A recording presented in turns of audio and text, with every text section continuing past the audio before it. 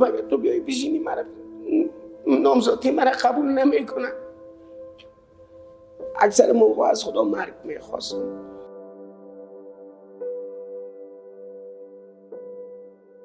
په افغانستان کې په نشئی توکو د روږدو کسانو شمیر د پخوا په پرتله د پام وړ کم شوی دی.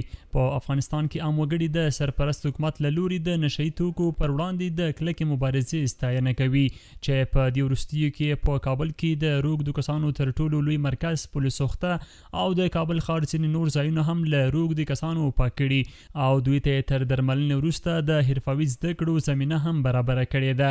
وکیل جان یو د هغو روږدو کسانو له ډلې څخه دی چې له رغېدو وروسته د فني او حرفوي زده کړو په یو مرکز کې شامل شوی دی. وکیل جان چې د کاپیسا ولایت اصلي اوسیدونکی دی نوموړی وایي چې شاوخوا په 28 کلنۍ کې پر نشئی توکو روږدی شوی و. سر کار بودیم په یو شرکت کې په کار بوخت وم. خبره دې ځای ته راورسېده چې د کار څښتن به راغی ویل به یې ژر ژر کار کوئ.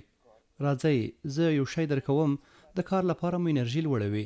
موږ به ویل سمه ده دا څه شی دی. موږ نه پوهېدو چې دا تریاک راکوي. موږ ته یې لږ تریاک راکړل موږ هم وخوړل.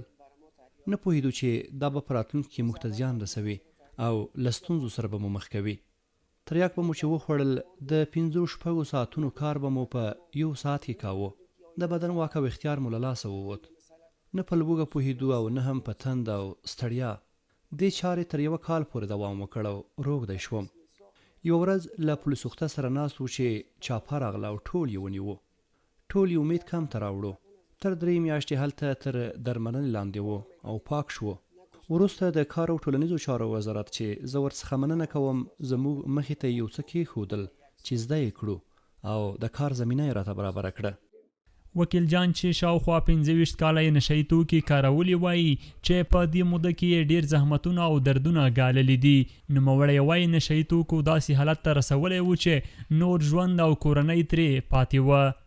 بسیار سختی‌های زندگی کشید. په ژوند کې مې ډېرې سختۍ تېرې کړي دي.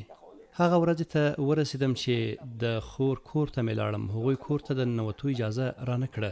ما ولیدل ټول په کور کې وو خو ما ته یې ویل چې کور کې څوک نشته. بیرته به په ناهیلۍ سره پل سوخته ته راغلم. نشئی توکي هغه څه دي چې لومړی دې له مور پلار او کورنۍ لرې کوي بیا دې له ملګرو او همداراز په ژوند کې دې ټولې دروازې پر مخ تړي. حتی خدای دې له یاده وځي. کله چې د یو چا خدای له یاده ووته نو معلومه ده چې له ژوند ناهیلی کېږي او ژوند یې ورته هیڅ معنا نه لري. وکیل جان وایي د روږدو کسانو ژوند خو ټول له بدو خاطرو ډک دی. خو زما تر ټولو بده خاطره چې زه یې ډېر دردولی یم هغه داسې ده چې یوه ورځ مې د لور غوښتلو لپاره جرګه راغلې وه چې کوژدن شي. خو کله چې زه کور ته لاړم لور مې مخې ته راغله او په ژړا یې راته وویل چې ته لاړ شه که تا په دې حالت کې وګوري دوی به انکار وکړي. که برای دخترم خواستگار آمد. یوه ورځ مې په لور مرکه راغله تر څو هغه وغواړي.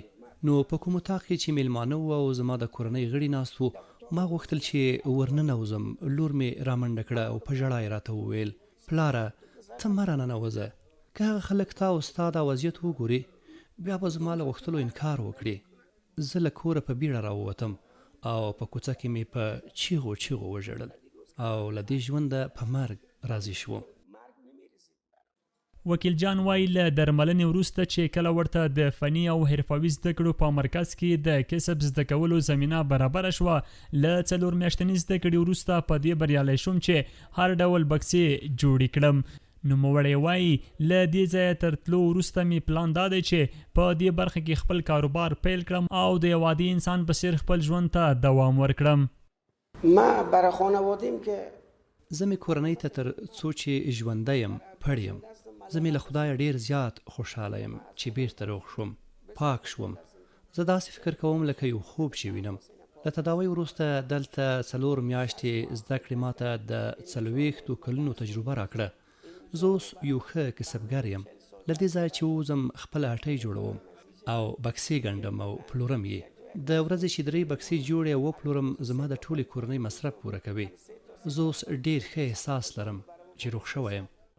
په کابل کې د فني او حرفوي زده کړو مرکز مسؤلین وایي دا لومړی ځل دی چې دوی د 1530 تنو په شاوخوا کې روږد کسان فارغوي او دوی ته په مختلفو برخو کې زده کړې ورکړي دي چې له ډلې یو وکیل جان هم دی چې اوس بیخي روغ شوی او د ښه استعداد ترڅنګ پلان لري چې په دې برخه کې نورو ته هم د بکسونو ګنډلو کسب و کار ورزده کړي. اولین دوره فارغین لرو منګه چې 510 نفره معتادین استثناء د مرکز نه فارغ شو. دا مرکز په 15 برخو کې کار کوي چې هغه بایک سازي ده، بایکو جوړول دي، د کورنۍ وسایلو د برقي وسایلو ترمیم ده، د تعمیراتو برق ده، بوټو جوړول دي او خیاطي حرفې دي. وکیل جان یو له جمله د هغو شاګردانو د موږ ده چې 510 نفره نور وو. دوی چې په اوله ورځ کې موږ راوستل واقعا ډېر بد حالت یې درلود، لحاظ د بدني نه، لحاظ د نظافت نه، لحاظ فکري او روحي نه ډېر نارامه.